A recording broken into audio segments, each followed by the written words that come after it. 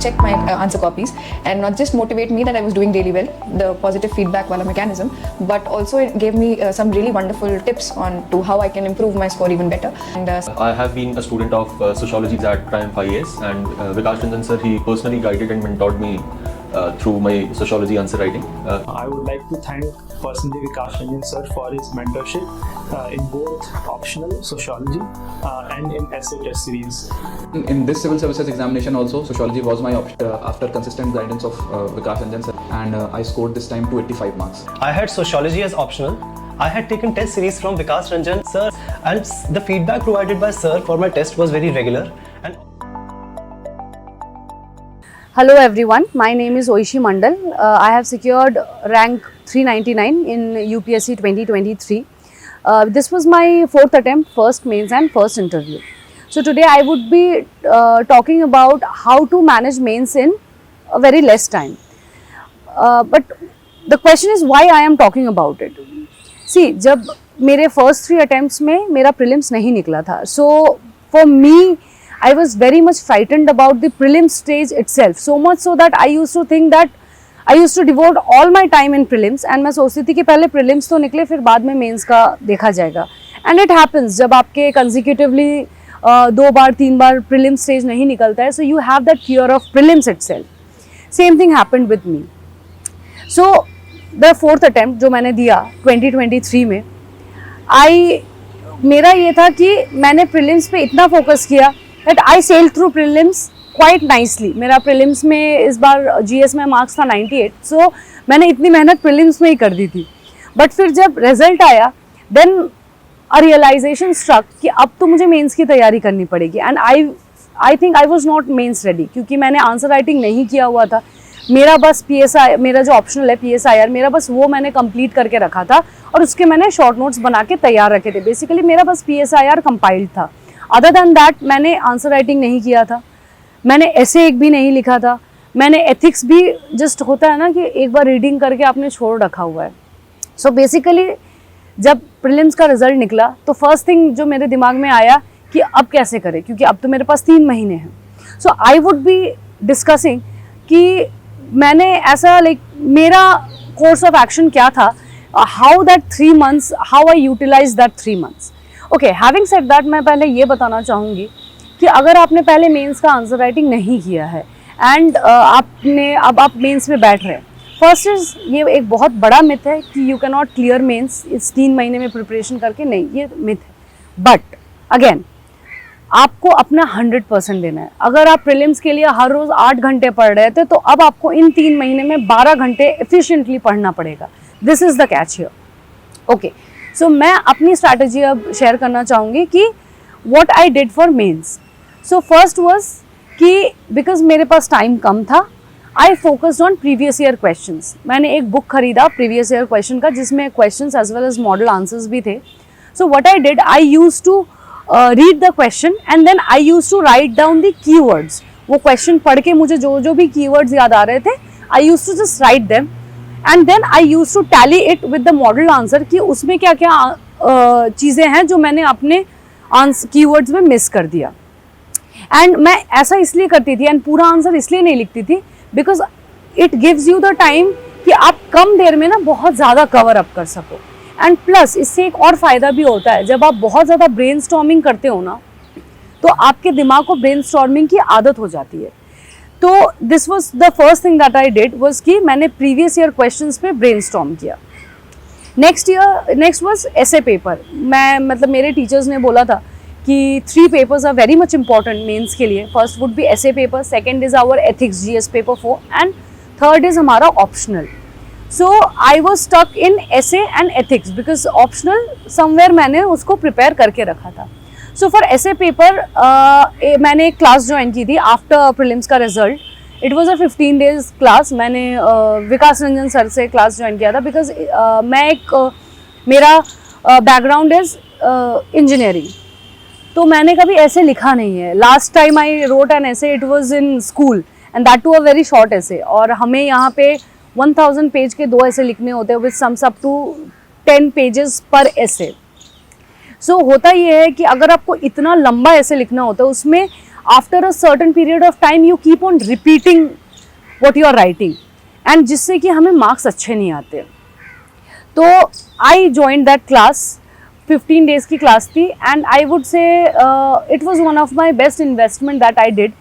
Reason being that this year ऐसे में काफ़ी अच्छे मार्क्स नहीं आए हैं लोगों को, but still I got 137. So I would say that if I got that 137 it was all because of Vikas Ranjan sir. He help me throughout इसमें. Other than the classes, I wrote 4 essay papers that sums up to 8 essays. So I used to write essay every week because obviously मुझे डर था इस चीज़ का कि शायद मैं main answer मतलब मेन पेपर में ना लिख पाऊँ. Because of that fear, I used to write essays every week. Next was my ethics paper. So what I did for case studies मैंने लुकमान की एक 50 केस स्टडीज़ की बुक आती है, मैंने वो ले लिया. And for static portion again I went for PYQs, previous year questions मैंने किया. एंड मेरे पास एथिक्स के नोट्स पहले से थे. मैंने एक अनअकैडमी में क्लास की थी, बहुत छोटी सी क्लास थी, प्रकाश दत्त सर की थी, तो उसके मैंने नोट्स बना के रखे थे. And it was a very short note. I would say कि एक छोटे से डायरी में मेरा वो नोट कंप्लीट हो गया था. सो एथिक्स में मेरे 3 चीज़ें थी, that note, previous year questions and Lukman के वो जो 50 केस स्टडीज़ के पेपर थे वो मैंने कर लिया था. Next is my PSIR. तो PSIR के लिए मैंने कोचिंग ली हुई थी, तो मेरे पास नोट्स ऑलरेडी थे, मैंने उसके शॉर्ट नोट्स भी बनाए हुए थे. सो PSIR वॉज समथिंग जो मैंने अच्छे से कर रखा था. ओके, अब मैं इस चीज़ पे आती हूँ कि आपने आंसर राइटिंग कभी भी नहीं किया है, तो अब क्या करें.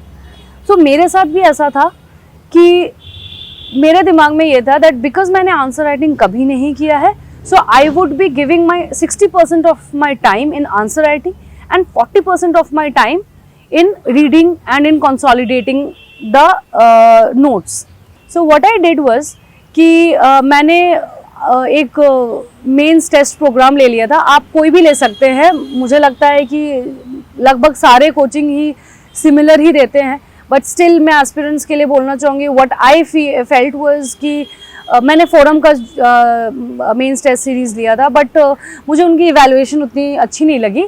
सो मैं अपने तरफ से आई वोंट सजेस्ट. मुझे लगता है कि बाकी आप एक बार एज एव I heard from my fellow rankers की विजन की इवैल्यूएशन अच्छी है, राउस की इवैल्यूएशन अच्छी है, सो आप उन पे जा सकते हैं. एंड अदर देन दैट मैंने विजन के अभ्यास का एक टेस्ट दिया था मेंस के लिए. वो टेस्ट मैंने इसलिए दिया था सो दैट टू नो कि रियल सिचुएशन में जब हम एग्ज़ाम देने जाते हैं मेंस का, तब हमें कैसे चीज़ों को हैंडल करनी है. सी, मेंस का preparation is a very different thing and आप जब एग्ज़ाम देने जाते हो it is a very different thing. Reason being that आपको वो 5 days जो होते हैं वैसे 5 days है मेंस के, वो बहुत ही स्ट्रेनस होते हैं, स्पेशली द फर्स्ट 3 days, क्योंकि आप एक दिन आ रहे हैं, आपको पेपर देना है, फिर आपको अगले दिन भी पेपर देना है, आपके पास रात में बस थोड़ा ही टाइम होगा जिसमें आप रिवाइज करेंगे, एंड देन आपका you will have to take proper sleep. Even जिस दिन आपका 2 पेपर रहता है, 2 घंटे का गैप रहता है, you will have to write 6 hours. So just to get accustomed to this scenario मैंने एक विजन के अभ्यास जो आया था मेंस का वो मैंने दिया, so as to see whether I am test ready, exam ready or not. अब ये हुआ, I would share my experience कि जब मैं पहली बार गई अपना टेस्ट पेपर लिखने, I completed my test in 4.5 hours. And I would say this that it's okay.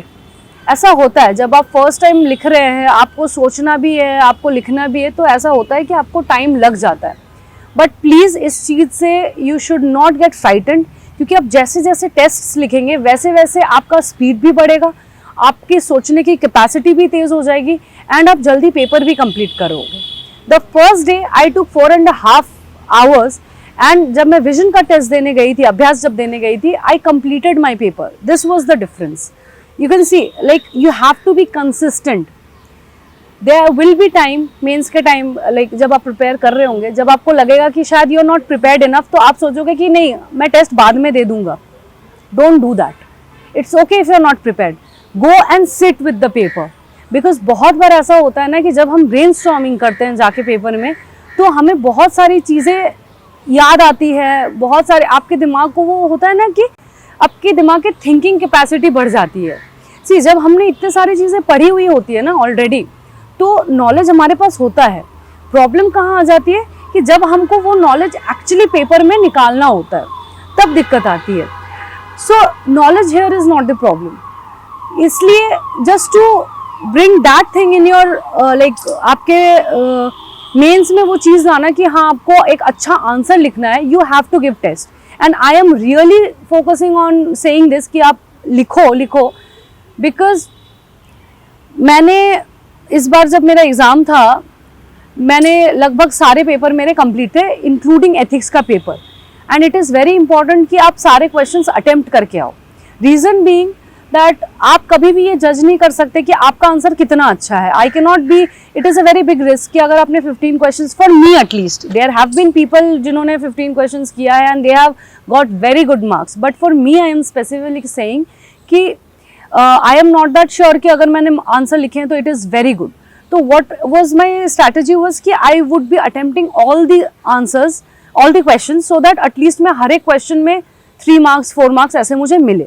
So try attempting all the questions, and you can attempt all the questions only when, जब आपका speed सही हो। आपका speed तब सही होगा जब आप कॉन्स्टेंटली टेस्ट पेपर्स दे रहे होंगे, आपको लिखने की आदत होनी चाहिए। ओके, नेक्स्ट इज मेंस के जो सिलेबस है उसमें 2 पार्ट्स है। फर्स्ट पार्ट इज आपका वो पार्ट जो कि प्रीलिम्स के साथ ओवरलैप होता है। सो उस पार्ट के लिए मेरे जो प्रीलिम्स के नोट थे मैंने उन्हीं को रेफर किया।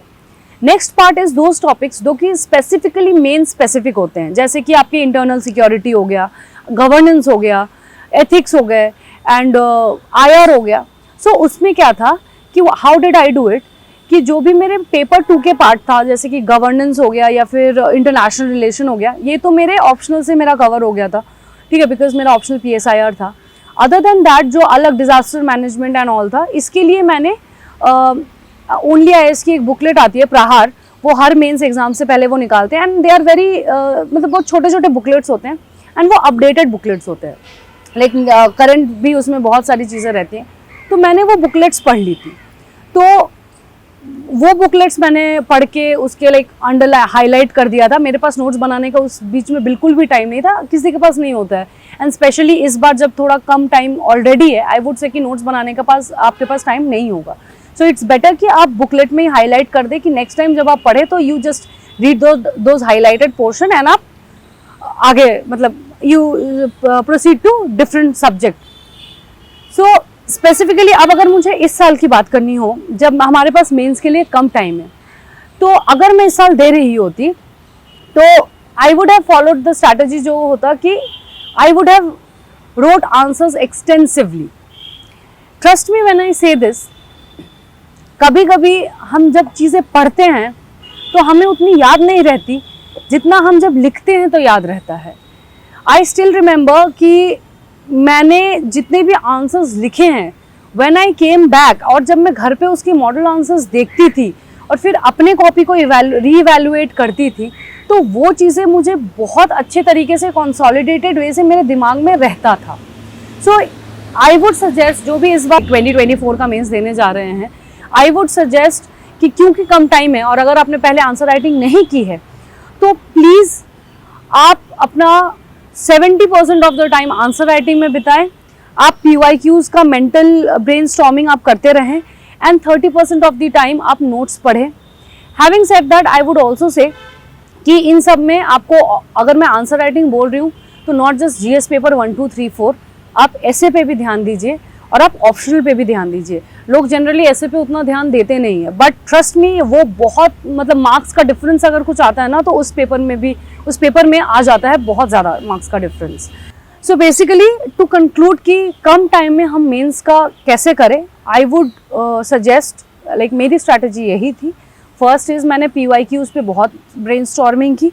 सेकेंड इज़ मैंने बहुत सारे टेस्ट लिखे थे, आई वुड से 20-22 टेस्ट मैंने लिख लिए थे, 10 टेस्ट अलग आपके ऑप्शनल के एंड essays भी है, ठीक है। And third would be have those stick to the basics. आप ज़्यादा वैल्यू एडिशन मत करो, बिकॉज जब आप वैल्यू एडिशन करने जाते हो ना तो आप बेसिक्स भूलने लगते हो. First cover up your basics. अगर आपके पास बहुत टाइम है then go to the value addition portion. And एक और चीज़ भी मैं बोलना चाहूँगी, it is a very I don't know, it is kind of a myth कि अगर आप मेंस लिख रहे हैं तो आपको उसमें facts and figures and maps and diagrams include करना ही है हर आंसर में. ऐसा नहीं होता है. अगर मुझे बहुत बेसिक फैक्ट्स याद थे, क्योंकि again I had very less time, मेरे पास बेसिक फैक्ट्स रटने के टाइम नहीं थे.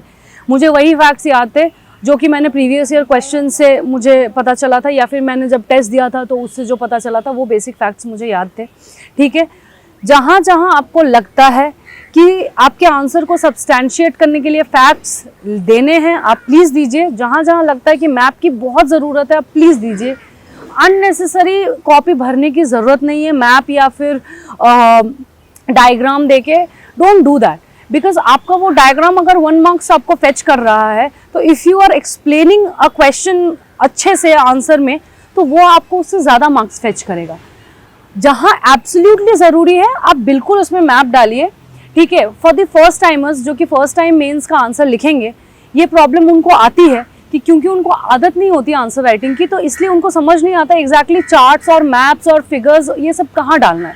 इट्स ओके, कोई बात नहीं. आप अपने आंसर पे फोकस कीजिए. If your answer is entertaining the demand of the question, it does not matter अगर आपने मैप बनाया है या नहीं बनाया है. फॉर एग्जाम्पल, जैसे मैं अपना एक एग्जाम्पल दूंगी कि लास्ट 2023 में हमसे डिफरेंट रामसार साइट्स के, मतलब हमें पूछा अबाउट कि नेम फ्यू रामसार साइट्स.